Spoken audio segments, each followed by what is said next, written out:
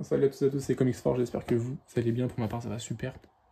Aujourd'hui toute nouvelle vidéo review de Batman One Bad Day de Joshua Williamson et de Howard Porter sur le personnage de Bane. Qu'est-ce que ça nous parle, qu'est-ce que c'est que One Bad Day? En fait c'est littéralement un récit d'une journée d'un vilain de l'univers de Batman. Très important du coup, qui change d'une part ou d'une autre la vie de ce vilain. Là, c'est Bane. J'ai déjà fait une vidéo revue sur la chaîne sur les petits issues, ces petites histoires en VO de Catwoman. Vous pouvez la retrouver notamment dans les, je pense, dans les 10-15 dernières vidéos, je pense. J'avais bien apprécié. Aujourd'hui, on s'attaque à Bane, qui est un héros pour moi que je préfère. Enfin, un personnage que je préfère, du coup, c'est pas un héros. Même si, on va le voir dans ce récit, que c'est peut-être pas forcément un vilain. On se retrouve avec un cadre de Bane qui est lutteur, catcheur au Mexique, avec notamment un ennemi qui est The Bat. On pense que c'est Batman au début, mais pas du tout. Voilà, Bane qui est toujours cette foire, mais qui est devenu catcheur au Mexique, qui est son travail littéralement. Graphiquement, c'est magnifique. Donc graphiquement, franchement, rien à dire au rapporteur qui fait un travail de fou. Et la colorisation aussi est très bien. On arrive à s'attacher à ce personnage de Bane,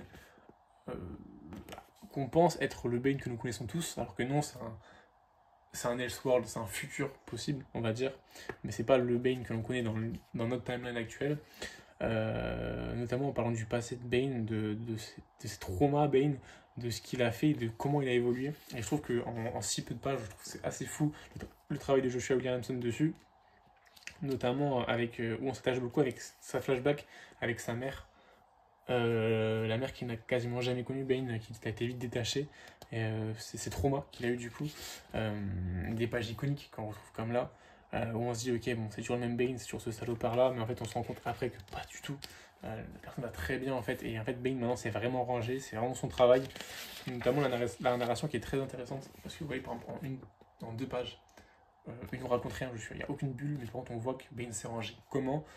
Il rentre chez lui, il se douche, il se pose, il se prend un livre, on voit grâce au cadre que c'est quelqu'un maintenant qui aide les gens, notamment les jeunes. Et voilà, il se pose. Il va pas essayer de combattre ou foutre la merde le soir. Non, maintenant il est tranquille chez lui. Alors évidemment, il y a son passé qui est toujours là, notamment grâce à l'acte qu'il a fait avec Batman qu'on connaît tous, je pense. Et un soir, il y a un jeune homme qui va venir lui proposer de vendre le sérum qui lui a fait devenir ce qu'il est actuellement, Bane, le monstre de force et de puissance. Et on voit un Bane qui va évidemment s'énerver. Alors pourquoi au début on comprend pas trop.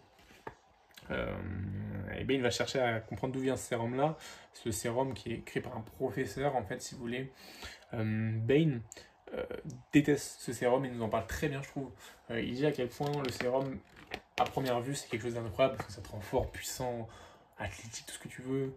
Mais par contre, il en parle d'une manière où on se rend compte que c'est vraiment de la merde et que ça va gâcher sa vie et que ça va gâcher la vie de n'importe qui en prend. Et là, c'est super intéressant. Et du coup, on va commencer à avoir une quête avec ce Bane qui va essayer de retrouver le professeur pour finir d'éradiquer le sérum. En parallèle à ça, on va avoir du coup un passif avec Batman, le Batman de ce monde-là ou de ce moment-là, avec Batman et Bane qui vont faire une collaboration pour éradiquer le sérum. Collaboration qu'on ne voit pas venir. Franchement, je ne voyais pas venir une collaboration entre les deux. Et en fait, on va avoir 3 axes dans ce petit comics. C'est ça qui est fou, c'est qu'en petit comics, on a quand même 3 axes. Le passé entre Batman et Bane, où en fait Bane nous raconte un flashback de comment Batman et Bane ont fait pour collaborer, pour essayer de détruire le sérum, avec notamment ce Batman à la fin qui se sacrifie pour détruire le sérum, où les deux pensaient qu'il était éradiqué. D'une deuxième part, on a la jeunesse de Bane, ou Bane qui est enfant avec les traumatismes qu'il a, notamment les visions qu'il a de sa mère encore actuellement. Et de 3, le Bane actuel, qui va du coup recommencer cette quête pour chasser ce sérum avec cet homme, et on voit cet homme assagi, avec beaucoup plus de recul, beaucoup plus mature. Et c'est là où c'est super intéressant, au-delà du fait graphiquement, il y a de la colorisation qui est super belle, et les pages sont super cool. J'ai vraiment adoré ce récit. Il y a des planches comme ça où voilà, on voit en fait le personnage de Bane qui est super bien développé en si peu de tâches. Franchement, je trouve que le travail de Joshua Williamson est assez incroyable. Franchement, je trouve ça assez fou. Moi, j'ai vraiment adoré ce récit. Je me suis mis d'une traite. Alors évidemment, c'est un petit récit. Il y a une centaine de pages, je pense. Un peu moins, peut-être 70 pages. Je trouve ça fou. Je trouve ça vraiment fou. Moi j'ai vraiment adhéré. Voilà, on va avoir du coup pas mal de scènes d'action, très violent, très très violent, ne pas mettre entre les mains de tout le monde, il y a beaucoup de sang, c'est du Bane j'ai envie de dire. Euh, et voilà, donc globalement un combat, je vais pas vous rapporter plus que ça, un combat entre Bane et le professeur à la fin, évidemment il y a du sérum dans tous les sens, évidemment Bane est le héros de cette histoire, et là où je pensais qu'on allait avoir un récit sur Bane qui est vilain, où on va essayer d'avoir un Bane du côté du mal, non, on a un Bane en fait qui est une bonne personne. Ce Bane là en tout cas est une bonne personne, qui essaie de racheter des erreurs du passé. Ce Bane là est une personne qui sauve, c'est le héros de cette histoire. C'est le héros de cette histoire littéralement. C'est pas une phrase que je pensais prononcer avec Bane. Voilà.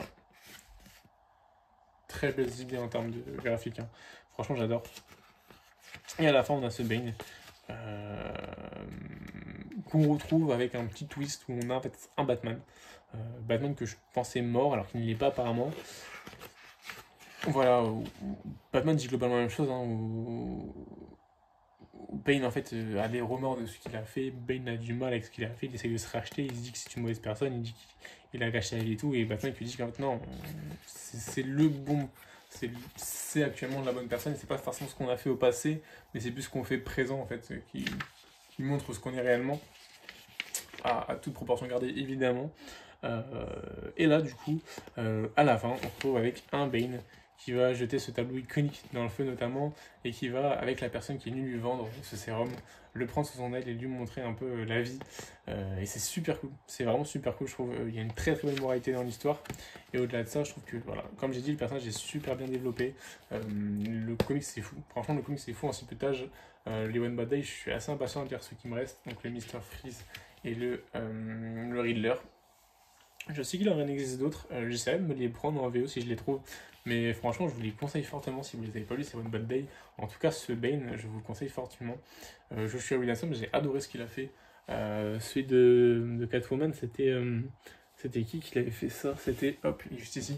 C'était celui-là que vous avez fait, c'était Willow Wilson, qui était très sympathique aussi, comme vous pouvez le voir, mais qui était deux tons différents et qui n'était pas forcément un What If ou un Elseworld.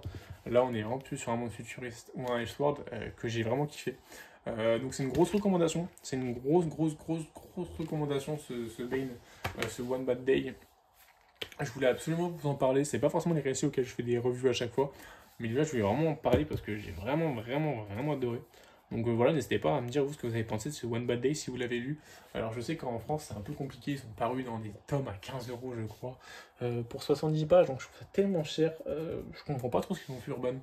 Au mieux de faire un gros pavé à 35 balles ou à 40 balles où ils regroupent tout à la rigueur, ou alors, ouais, je sais pas, ou alors les faire en fascicule aussi, comme ils font sur Six Gun par exemple. Donc je comprends pas trop ce qu'ils font, c'est un peu aléatoire.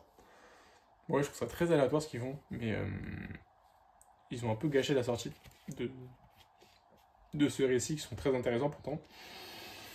Donc si vous les trouvez d'occasion en français ou si vous arrivez à lire l'anglais, n'hésitez pas à vous foncer dessus, franchement, je vous les recommande fortement. Voilà, donc comme j'ai dit, n'hésitez pas à me dire. Merci encore à vous pour votre soutien, pour vos likes, pour la vidéo là. Je pense que cette vidéo c'est celle qui sortira juste après, la vidéo collection comics, où j'ai vu que j'étais à 1600-1700 vues, c'est un fou, alors je n'ai pas fait de vidéo depuis 2-3 mois où je suis pas trop actif. Il y a beaucoup de likes, beaucoup de commentaires, beaucoup de partages, franchement c'est assez fou. Merci énormément à vous pour la force que vous donnez. Je serais toujours choqué par la communauté comics à chaque fois. Je pense que je m'habituerai jamais. Et il faudrait que je prenne. Faudrait que j'essaye, mais je pense que je m'habituerai jamais. Donc vraiment, un gros merci à vous. Moi, je vous souhaite une très bonne journée, une très bonne soirée et surtout des très bonnes lectures. Salut tout le monde!